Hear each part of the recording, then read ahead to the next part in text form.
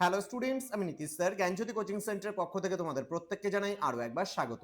তো স্টুডেন্টস, আজকে আমি তোমাদের সঙ্গে আলোচনা করব বাঁকুড়া ইউনিভার্সিটির অধীনস্থ যে সমস্ত ছাত্রছাত্রীরা যারা 6 সেমিস্টারে বিভিন্ন কলেজগুলোতে পড়াশোনা করছো বাংলা মেজর নিয়ে।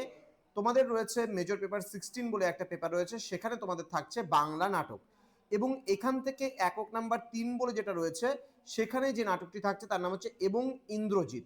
বাদল সরকার রচিত এই নাটকটি ভীষণ গুরুত্বপূর্ণ, তার কারণ এই নাটক থেকে তোমাদের 10-এর 5-এর এবং 2 নম্বরের কিন্তু বেশ কিছু প্রশ্ন এখান থেকে করা হবে পরীক্ষায়।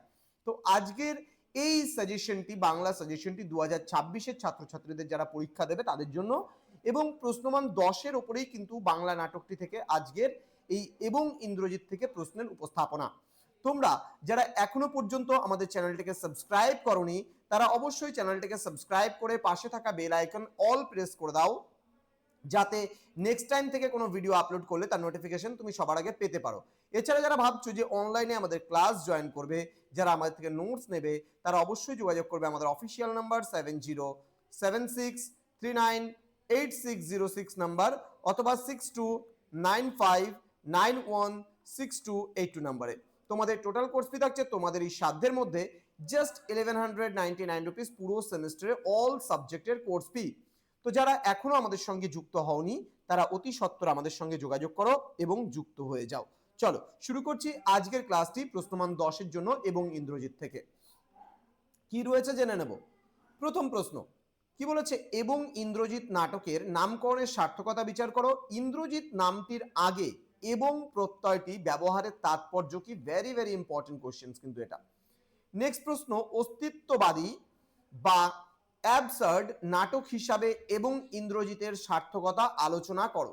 ঠিক আছে, পরবর্তী প্রশ্ন, এবং ইন্দ্রজিৎ নাটকটিতে নাট্যকার বা লেখক চরিত্রটির ভূমিকা বিশ্লেষণ করো। তিনি কিভাবে নাটকের ঘটনাক্রম এবং চরিত্রদের নিয়ন্ত্রণ করেছেন। পরবর্তী প্রশ্ন, ইন্দ্রজিৎ নাটকটির বা ইন্দ্রজিৎ চরিত্রটির মধ্যে দিয়ে সমকালীন শিক্ষিত মধ্যবিত্ত যুব সমাজের যে যন্ত্রণাবোধ ফুটে উঠেছে তা বিস্তারিত আলোচনা করো। তো এই চারটে প্রশ্ন তোমাদের জন্য ভীষণ ভীষণ গুরুত্বপূর্ণ এবং ইন্দ্রজিৎ বাদল সরকার রচিত এই নাটকটি থেকে। যারা এখনো আমাদের সঙ্গে যুক্ত হওনি, আমাদের চ্যানেলটিকে সাবস্ক্রাইব করোনি, তারা অবশ্যই চ্যানেলটিকে সাবস্ক্রাইব করে পাশে থাকা বেল আইকন অল প্রেস করো, কারণ এর পরের ভিডিওগুলো আসতে চলেছে 5-এর এবং 2-এর প্রশ্নগুলোকে নিয়ে আলোচনা। তো আমাদের অফিসিয়াল নাম্বারটা সেভ করে রাখো এবং আমাদেরকে কল করো বা হোয়াটসঅ্যাপেও কন্ট্যাক্ট করতে পারো এবং আমাদের সঙ্গে ইজিলি ভাবে যুক্ত হতে পারো আমাদের অনলাইন কোর্সে।